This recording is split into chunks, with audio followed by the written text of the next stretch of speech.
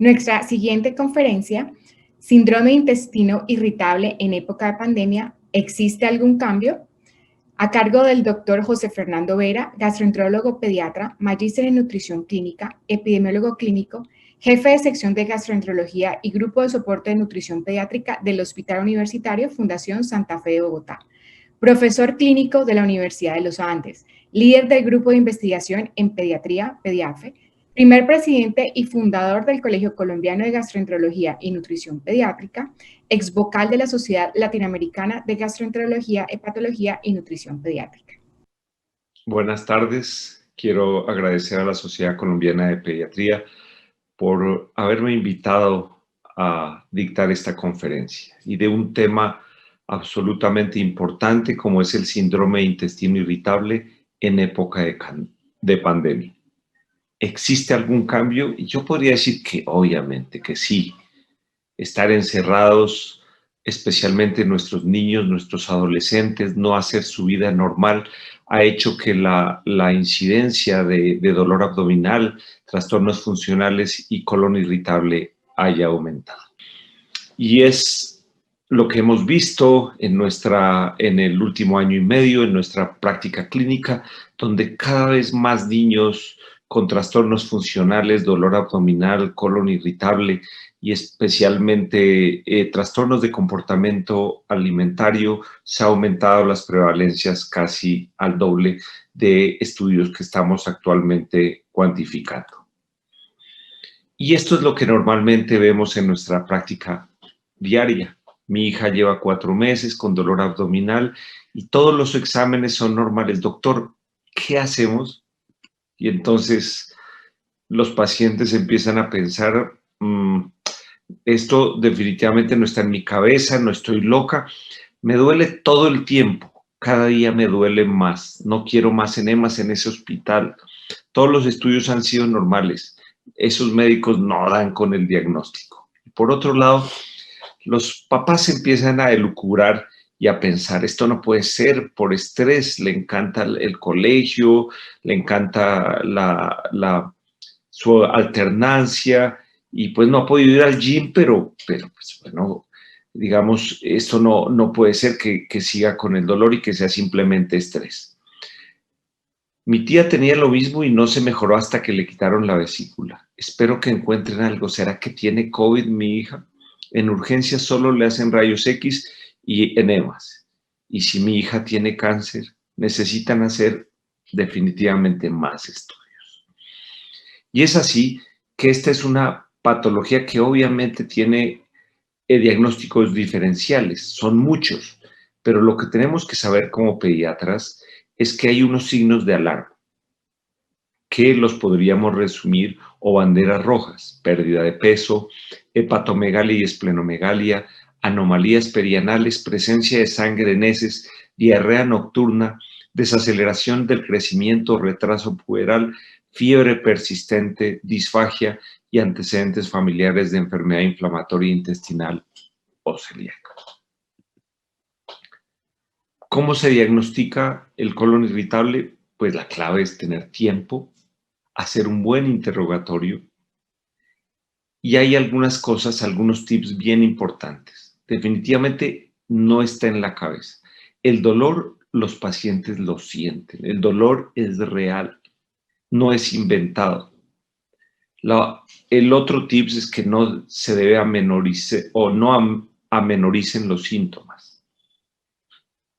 A los adolescentes, a los niños, a los escolares hay que creerles. El dolor definitivamente es de verdad. Nosotros cada vez vemos más adultos profesionales que antes de una presentación o después de una junta o antes de una junta especial en sus compañías llegan a emergencias con un dolor abdominal severo por colon irritable.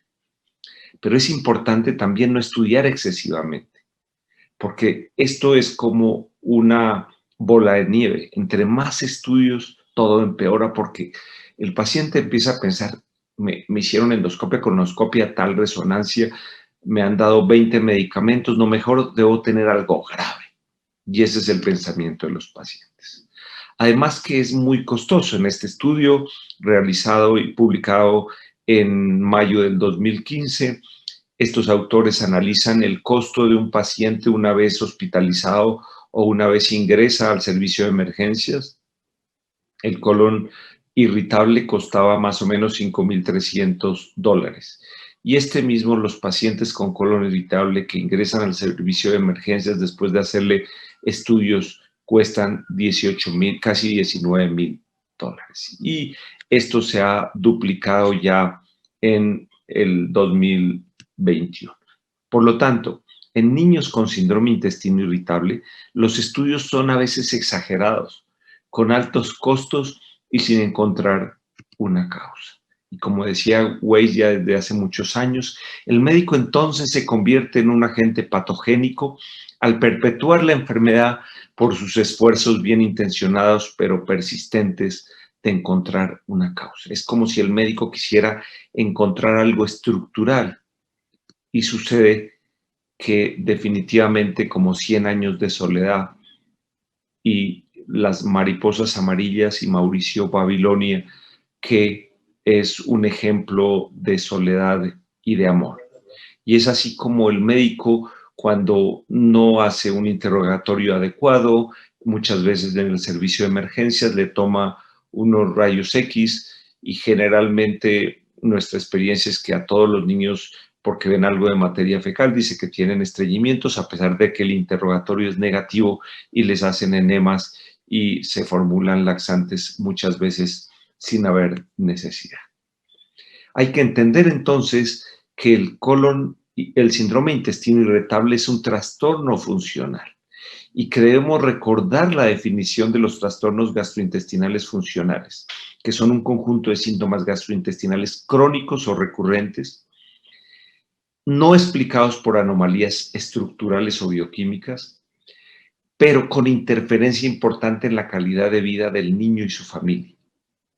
Carecen de marcadores biológicos objetivos y para su identificación solo podemos utilizar síntomas. Es decir, tenemos que tener el entrenamiento clínico para su identificación. Y es así como de Roma 3 pasamos a Roma 4, donde ya mostramos lo que antes el Roma 3 era basado en la experiencia, ya hay más, el Roma 4 es más basado en la evidencia y se agregó en Roma 4 una sección de neurobiología, desarrollo y evaluación del dolor. Es así como entre los desórdenes funcionales asociados a dolor abdominal se encuentra la dispepsia, la migraña abdominal, el dolor abdominal funcional del niño, pero nos dedicaremos entonces a hablar específicamente del síndrome intestino irritable. Una de las preguntas más importantes es ¿qué tan frecuente es el síndrome intestino irritable? Y en esta revisión mundial de estos autores que salió el año pasado, encontramos que en Europa en promedio la frecuencia es, la prevalencia en promedio es del 4.1%, un poco más la prevalencia es en mujeres. En el East, Jordania y Turquía e Irán está un poco más aumentada, al doble, 8.2%. Miren en Asia, Sri Lanka, Corea, China, Japón, India, los estudios muestran en promedio una prevalencia mucho más alta, el 15%. Y en Estados Unidos y Latinoamérica encontramos una prevalencia alrededor del 5%. En Colombia, con un estudio de 10,000 pacientes, encontramos 5.1%, con un predominio un poco mayor en mujeres. En África, la prevalencia se encontraba en el 6%. Muy bien. ¿Cuál es la etiopatogenia y la fisiopatología de estos trastornos funcionales y especialmente el síndrome intestino irritable? Y podríamos resumir en este esquema donde hay una predisposición genética. Normalmente si les preguntamos a los padres, el padre, la madre o los abuelos tienen colon irritable. Por otro lado, hay una sensibilización por eventos médicos que han sucedido, por ejemplo, uso temprano de antibióticos. Se ha visto que los niños, por ejemplo, con alergia a la proteína de leche vaca o alergias en la infancia, son más susceptibles a tener colon irritable y a producir trastornos de motilidad. Por otro lado, hay una sensibilización psicosocial, por ejemplo, estrés familiar, la pérdida, la separación de los padres, inclusive abuso, ansiedad, estrés escolar, bullying. Todos, inclusive hay familias que se quejan, entonces el niño aprende a que la madre se queja, el padre se queja, etcétera, y entonces van copiando su forma de enfrentar los problemas y el estrés. Es decir, esto lleva a una vulnerabilidad de la microbiota, del eje microbiota intestino-cerebro, como se llama actualmente, y hay lo que se ha llamado una hipervigilancia central, una sensibilización y a un síndrome de hipersensibilidad visceral y en muchos casos de amplificación del dolor.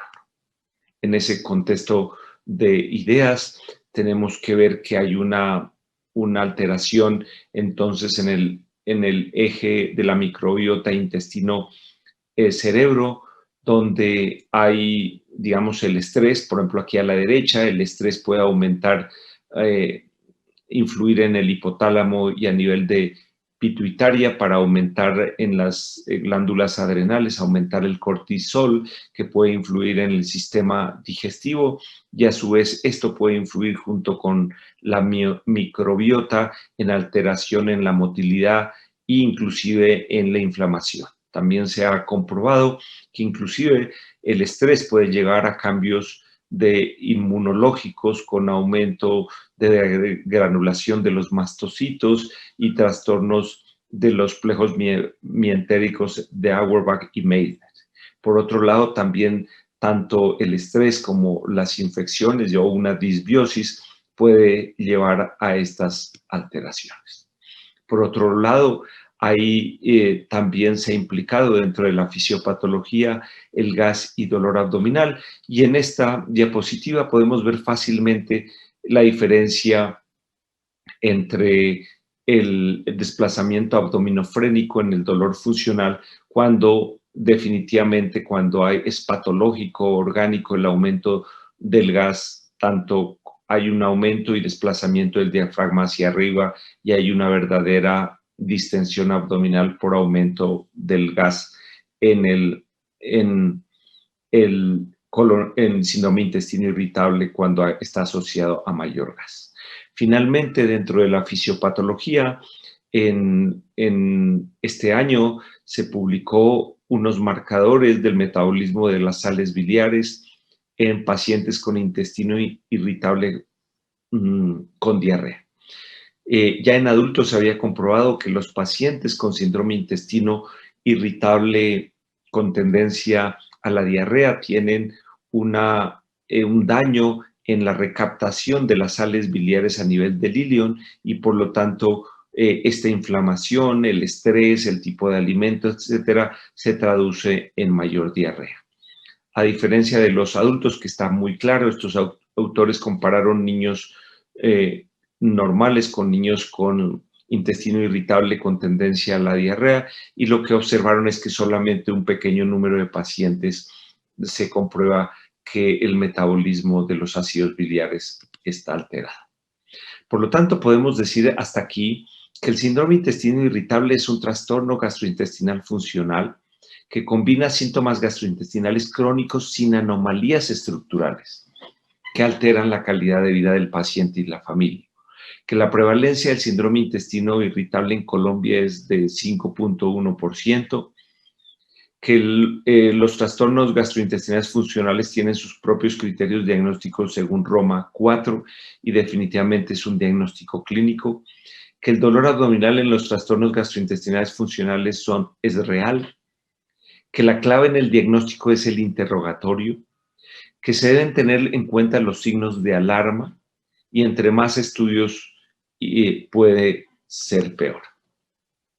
En ese contexto de ideas podemos ver uno de nuestros pacientes que vimos a principios de este año. Es una paciente de 14 años con dolor abdominal de 4 meses que inició después de un cuadro de COVID que fue a los padres y hermanos de 12 años con tos, disgeusia y anosmia. Los padres y hermanos se recuperaron en 2 semanas, pero ello continuó con dolor en hipo y mesogastrio, no irradiado, deposiciones diarreicas, sin moco y sin sangre, no pujo, no tenesmo, no fiebre, no pérdida de peso, no dolor articular. Faltas escolares, estaba en un colegio con alternancia. Ella realmente ni siquiera la teleeducación la podía hacer por el dolor. El dolor refería que era en meso hipogástrico tipo cólico 6 a 8/10.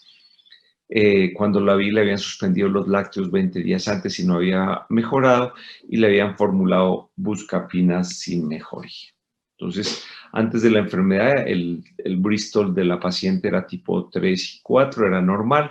Sin embargo, después del COVID y después de tener algunos síntomas respiratorios leves, pero su principal síntoma fue la diarrea, era un Bristol 6 y 7 y además a veces tenía que salir corriendo al baño. Bueno, esto fue un regalo en Navidad en el 2019, una paciente especialista en repostería. Muy bien, esta paciente, pues el examen físico era normal, sin embargo refería estar angustiada por faltar al colegio en clases presenciales y de alternancia, y también refería insomnio. El coproscópico era prácticamente normal, le hicimos un film array gastrointestinal que fue negativo, coprocultivo negativo, los laboratorios eran normales, una ecografía abdominal normal. Esto es el ejemplo típico de un síndrome intestino irritable post-gastroenteritis, o sea, infecciosa. Y eso es lo que vemos. Recuerden que después de una gastroenteritis por Shigella, Salmonella y hoy en día por SARS-CoV-19, un paciente puede ser el inicio de un síndrome de intestino irritable. Por lo tanto, a la paciente le dimos probióticos, le indujimos a salir de la casa, a hacer ejercicio, a tener respiración diafragmática, le enseñamos algunos ejercicios de relajación, le demos una alimentación adecuada y prácticamente en el último control hace unos días sabía controlar tanto su dolor como también había mejorado su diarrea. ¿Cuáles son los criterios diagnósticos de intestino irritable según Roma 4? Son 3. Dolor abdominal al menos 4 días al mes, por al menos 2 meses antes del diagnóstico, asociado a uno más de los siguientes. Relacionado a la defecación, claro, esta paciente notaba, cambió, por ejemplo, el hábito intestinal. Un cambio en la frecuencia de la deposición, cambio en la forma, apariencia de la deposición. Ahora, bien, en niños con estreñimiento el dolor no resuelve con la resolución del estreñimiento. Por lo tanto, si un paciente tiene dolor abdominal y tiene estreñimiento y yo le doy, por ejemplo, polietilenglicol y sigue con el dolor y el malestar y la distensión, a pesar de que quedó corregido el estreñimiento, quiere decir que se trata de un intestino irritable. Pero si yo le mando polietilenglicol y el paciente mejora sus deposiciones y mejora su dolor y su calidad de vida, pues simplemente se trata de un estreñimiento funcional. Después de una evaluación apropiada, los síntomas no pueden ser completamente explicados por otra condición médica. Lo que debemos saber es que existen 4 tipos de síndrome intestino irritable y es absolutamente importante identificarlos para el manejo. Síndrome intestino irritable con predominio de estreñimiento, síndrome intestino irritable con predominio de diarrea, síndrome intestino irritable mixto. Tanto hay episodios de estreñimiento, gases, distensión, flatulencia y luego diarrea. Y hay algunos que son más difíciles y que están sin clasificar o lo que se ha llamado indeterminado. Muy bien. Como dice el dermatólogo, vamos al grano. ¿Cuál sería el tratamiento una vez ya diagnosticamos el síndrome de intestino irritable? Y tenemos que tener en cuenta tres cosas. Primero, el objetivo principal es mejorar los síntomas y calidad de vida. Y es importante saber que muchas veces no vamos a curar. Por ejemplo, esta paciente que les acabo de comentar, es posible que haya sido el inicio de su colon irritable. Había colon irritable en la familia y por lo tanto ella tiene que aprender a manejarlo. Por otro lado, el estreñimiento y la diarrea asociados se manejan por separado. Es diferente el manejo de un colon irritable con tendencia al estreñimiento a otro con tendencia a la diarrea. Y en tercer lugar, hay que separar el manejo del componente dolor, que es independiente. Es decir, nosotros podemos manejar el estreñimiento, pero es importante también que el dolor lo sepamos manejar. Por otro lado, igual el paciente con colon irritable con diarrea, pero tenemos que también aprender a manejar el dolor. Por lo tanto, claro, el diagnóstico, como les dije, es clínico. La verdad es que uno no necesita hacer exámenes. Yo creo que en mi consulta, cuando a un paciente le dedico tiempo y le explico, y es lo que pasa, si algo camina como pato, como dice un colega gastroenterólogo, camina como pato, hace cuac cuac, nada como pato, pues uno no tiene que hacer 100 exámenes para decir cuál es el diagnóstico. Y aquí he tratado de resumir cuáles serían las medidas de tratamiento. Entonces están las medidas no farmacológicas, como la dieta, que especialmente vamos a hablar de fibra y dieta FODMAPs y estilo de vida, los probióticos, la terapia mente-cuerpo, las medidas farmacológicas que vamos a hablar, rifaximirina, antiespasmódicos y antidepresivos, y nuevos tratamientos como neuroestimulación auricular.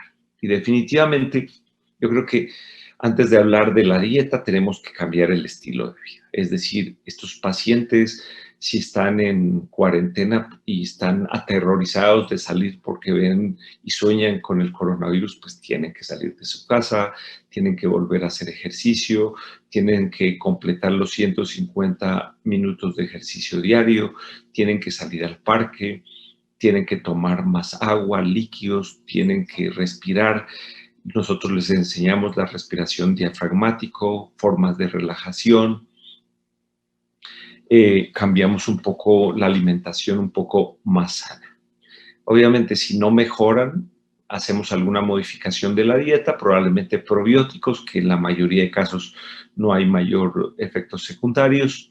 Usamos también la terapia mente y cuerpo muchas veces, aunque nosotros cada vez aprendemos más del manejo en este sentido. Algunas veces necesitamos ayuda de psicología y en algunos raros casos de psiquiatría.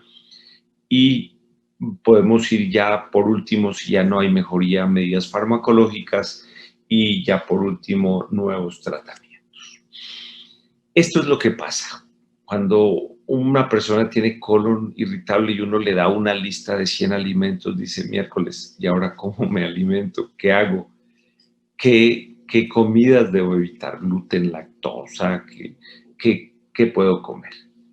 Y solamente les quiero referir algunas de nuestras recomendaciones y evidencia. Esta es una revisión sistemática de fibra en pacientes con trastornos funcionales, especialmente dolor abdominal y síndrome de intestino irritable, y estos hicieron estudios dando varios tipos de fibra y definitivamente, como pueden ver en este Forest Plot, no sirve. Por lo tanto, parece ser que el aumento de fibra no sirve en el colon irritable. Yo pienso que si un paciente tiene colon irritable con gas y tendencia a la diarrea, pues obviamente va a aumentar el problema y va a aumentar el dolor. Tenemos que saber que existe una fibra soluble e insoluble, que la insoluble promueve la fermentación en el colon, produciendo distensión y dolor. Por lo tanto, hay que decir que la fibra, o podemos recomendar fibra especialmente soluble, y solo lo recomendado para la edad. Y yo, como digo siempre, uno debe comer como el arco iris, de todo un poco, y debemos comer, como dice la Organización Mundial de la Salud, 4 o 5 porciones entre frutas y verduras al día, pero de una manera normal. Porque normalmente yo veo que muchos pacientes con colon irritable les inducen a pensar de que el problema es comer más frutas y verduras, y nos llegan con estos problemas que ya producen gas, distensión abdominal, flatulencia. Por lo tanto, yo creo que en muchos pacientes debe uno incrementar poco a poco la fibra, y cada uno lo tolera diferente. Muy bien. Dieta baja en FODMAPs. Entonces, estos son algunos carbohidratos y oligosacáridos, disacáridos, monosacáridos, que no son absorbibles y son digeridos por la flora intestinal y producen gas, distensión, como lo que estamos viendo al lado izquierdo, y por eso se llama FOD, que son fermentables, oligosacáridos, disacáridos, monosacáridos y polioles. Nosotros, ¿qué hacemos? La verdad es que sí, nosotros, digamos, de la dieta FODMAP recomendamos disminuir la fructosa, el sorbitol, muchas de las cosas, y chocolate, muchos helados, las gomitas, los jugos entre más colores. Por ejemplo, las gomitas tienen más sorbitol y fructosa y colorantes, que definitivamente los quitamos de la dieta, y obviamente están incluidas las gaseosas. En general, no se ha visto que la lactosa sea un factor desencadenante o aumente el colon irritable. Se ha visto que hay muy pocos pacientes que tienen. En algunos casos, si tenemos dudas, le hacemos un test de hidrógeno expirado, que se demora más o menos 1 hora en hacerse, 1 hora y media, y lo hago en mi oficina. Mi auxiliar de enfermería lo hace, y podemos saber si realmente un paciente amerita quitarle la lactosa. Pero en la gran mayoría de nuestros pacientes solamente les quitamos los azúcares refinados, el sorbitol, la fructosa, las gomitas, las colombinas, los M&M's, algunos tipos de galletas que son ricos especialmente en sorbitol, y con eso es suficiente. Sin embargo, hay muchos estudios sobre FODMAPs. Mi experiencia personal es que es compleja y difícil de seguir, porque hay que quitarle casi todo. La verdad es que sí se ha visto que ciertos pacientes, por ejemplo, el aguacate puede tener algunos monosacáridos y puede tener algunas sustancias muy específicas que hace que el paciente identifica que le sientan mal, o algunas otras que son saludables, pero en este tipo de pacientes no lo toleran bien. Pero lo importante es que después de la fase de eliminación se reintroduce un grupo a la vez de alimentos para individualizar la dieta. Se recomienda como tratamiento de segunda línea, guiada por médicos calificados con capacitación especializada. La verdad es que, como les digo, se ha visto que la lactosa no influye, y simplemente la recomendación de quitar fructosa, sorbitol y algunos oligosacáridos y polioles es suficiente en la mayoría de pacientes. Por lo tanto, la fibra hasta aquí vemos que parece que no sirve, y que en algunos casos puede servir la dieta baja en FODMAPs. Bueno, continuemos. Seguimos con los probióticos. Solamente les quiero mostrar el primer estudio grande que se hizo, un estudio aleatorizado, placebo controlado, doble ciego, con BSL-3, y encontró que en pacientes dados durante 6 semanas este probiótico disminuía el dolor abdominal, el malestar, la distensión en este grupo de pacientes. Posteriormente, ya una revisión, un metaanálisis encontró, como observan en este forest plot, encontraron en varios pacientes con dolor abdominal funcional y dispepsia funcional, y también lo comprobaron en síndrome de intestino irritable y encontraron que definitivamente el Lactobacillus rhamnosus GG disminuía el dolor, el disconfort, el malestar de estos pacientes. Y ya más adelante, muchos estudios como en adultos y niños, el uso de probióticos durante 6 a 8 semanas, más o menos la mayoría de estudios se ha hecho, comparados con los controles, hay una mejoría en el dolor abdominal, la distensión y las alteraciones y disconfort de estos pacientes con colon irritable, como muestra este forest plot. Por lo tanto, podría ser una opción de estos pacientes no tan, digamos, con pocos efectos colaterales y fuera del cambio de estilo de vida, respiración, ejercicio, aumento de líquido y una dieta variada y saludable podría ser una buena alternativa. Uno de nuestros pilares en el manejo de estos pacientes es lo que se ha llamado tratamientos mente-cuerpo, terapia comportamental. Y como muestra este reciente metaanálisis, ellos encontraron y compararon los tratamientos mente-cuerpo y los compararon frente a placebo o simplemente a no hacerlo o hacer el tratamiento usual. Y como ven en este forest plot, prácticamente la mayoría de estudios, digamos, son favorables para estos tratamientos de mente-cuerpo. Aquí vemos, por ejemplo, hipnosis, 9 estudios, que puede ser hipnoterapia dirigida o no dirigida, como vamos a ver. Lo que es, sobre todo, lo que una de las terapias más frecuentes usadas, que es la terapia cognitiva comportamental, que nosotros siempre les tienen mis pacientes su libreta donde ellos anotan cuáles son las circunstancias o los momentos que les duele la doa. Entonces dicen, bueno, cuando yo estoy en mi clase virtual o cuando tengo clase de matemáticas o cuando mis papás pelean, me empieza el dolor, etcétera. Entonces empezamos a identificar cuáles son los factores que incluyen el dolor. Entonces enseñamos al paciente a manejar digamos, hacer respiración diafragmática, a tener un tiempo de simplemente respiración y meditación, etc. Y pues en algunas ocasiones ya personas, llámese especializadas como psicólogos y psicoterapéuticas, pues pueden usar psicoeducación.